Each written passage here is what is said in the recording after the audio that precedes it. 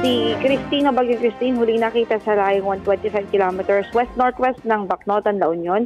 So nasa dagat na po ang sentro nitong bagyo, pero yung radius niya at bahagi o katawan nitong bagyo, malaking bahagi pa rin ng Luzon at ng ilang parte ng Visayas ang naapektuhan. Kaugnay dyan, nakatas pa rin ang signal number 2 sa Cagayan, kasamang Babuin Islands, Isabela, Quirino, Nueva Vizcaya, Apayao, Kalinga, Abra, Ifugao, Mountain Province, Benguet, Ilocos Norte, Ilocos Sur, La Union, Pangasinan, Nueva Ecija, Tarlac, Zambales, Bataan, Pampanga, Bulacan, dito sa Metro Manila, ito pa rin po, northern portion ng Cavite, northern portion ng Rizal, at northern portion ng mainland Quezon. Signal number 1 naman sa Batanes, the rest of Rizal, the rest of Cavite, Batangas, Laguna, rest of Quezon, kasamang Pulido Islands, Occidental Mindoro, at Oriental Mindoro, Marinduque, Romblon, northern portion ng Palawan, dito sa Calamian Islands, Cuyo and Calayan Islands, Camarines Norte, Camarines Sur, Catanduanes, Albay, and northern portions ng Sorsogon,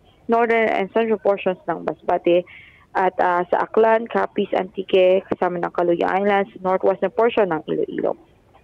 Yun po, nakatas ang ating signal number 2 and 1 doon sa mga lugar na nabanggit natin para po yun sa wind impact o sa posibleng maranasan nilang mga hangin.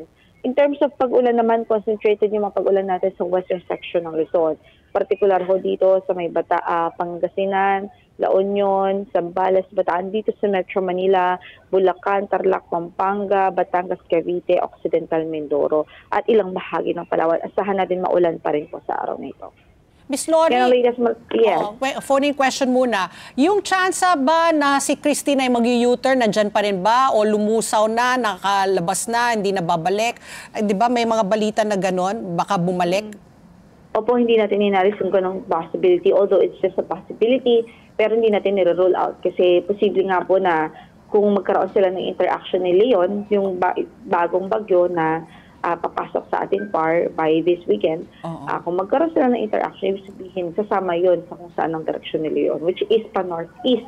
At itong si Christine, yun nga po, supposedly paalis na, pero kapag magkaroon sila ng interaction, pang northeast din po ito. Let's get together, Sunnet 25, Sunnet 25.